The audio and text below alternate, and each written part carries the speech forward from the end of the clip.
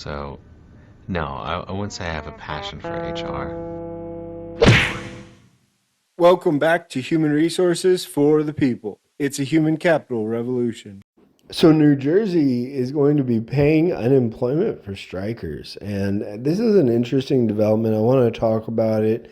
I think this is something that's important to highlight.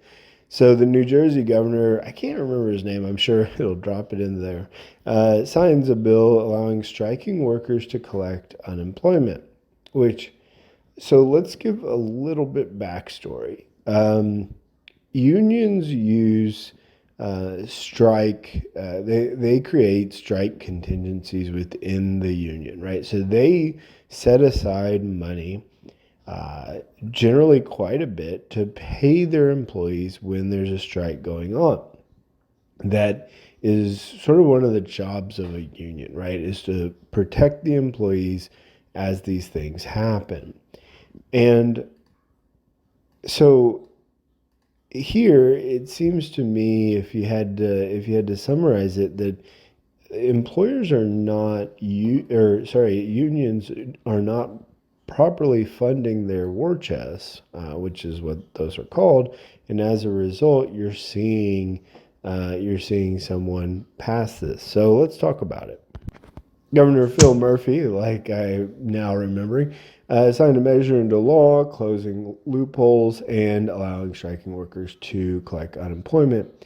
They said what should be a universal right for individuals who have recently lost their jobs, are unable to find work, or are currently in the middle of a labor dispute. So I will strongly contest that it should be a right. A right doesn't require someone else to provide something for you. Now, unemployment insurance is often paid by the employee, so that is not totally the case here, but frankly, it is. And so a right does not require someone else to give money to you. That's not what rights are.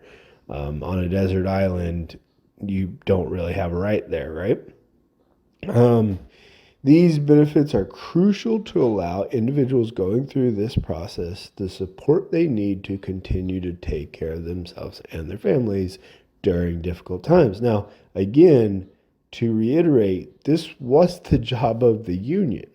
But frankly, what has happened is that unions have spent war chests and they have continued to spend on organizing. And as a result, there is no money left over for their employees in the case of a strike. And so you see situations like this one.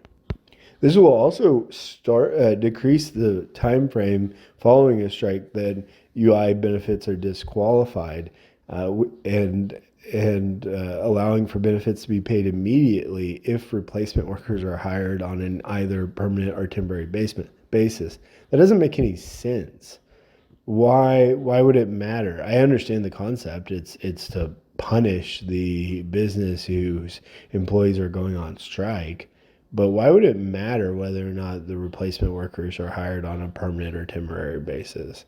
That's nonsense. And the reason that it matters is because it's sort of a nonsensical bill. It doesn't make sense.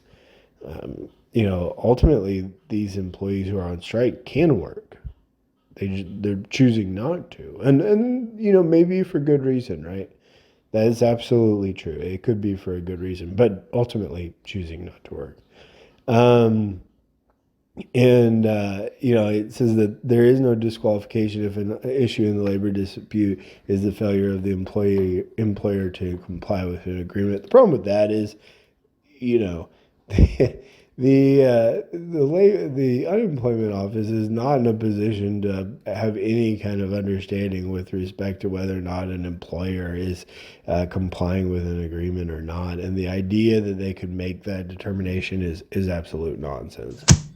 The labor commissioner for New Jersey said workers dedicate a significant portion of their lives to their careers and they deserve to be protected financially while expressing their legal right to strike over wages, benefits, and workplace conditions.